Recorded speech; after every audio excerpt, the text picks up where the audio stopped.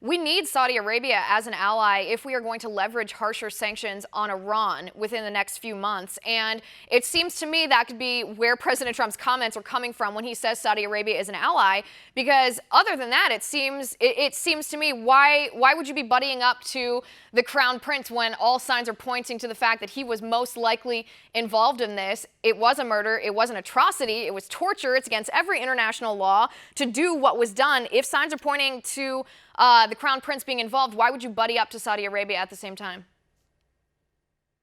Because we have so many other issues at stake. It's just one of the really difficult things of having a real foreign policy and a foreign policy strategy where you have very allies who play by a whole different set of rules than we do. It's just a really difficult aspect of working at all in the Middle East.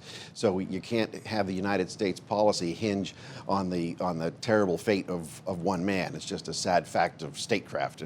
If Saudi Arabia and this current Saudi government were to collapse, or the House of Saud were to collapse, especially in a disorderly way like a revolution, where you have hostile Islamist forces like the Muslim Brotherhood and other jihadists who would love to take power, they would have control of Saudi oil, they'd have control of Saudi wealth, they would make Saudi Arabia the biggest haven ever for international terrorists, where here we're focused on Afghanistan, which has no resources at all. Imagine if the terrorists had their hands on all of the Saudi wealth, as some of them have in the past.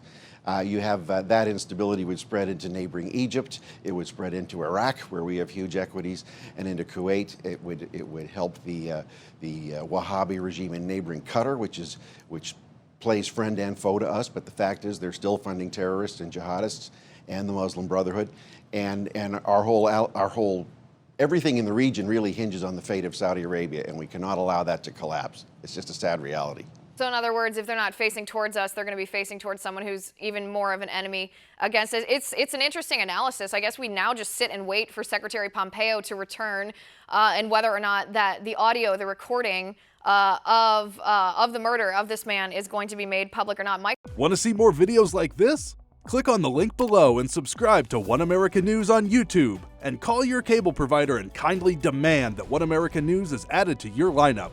Call and subscribe today.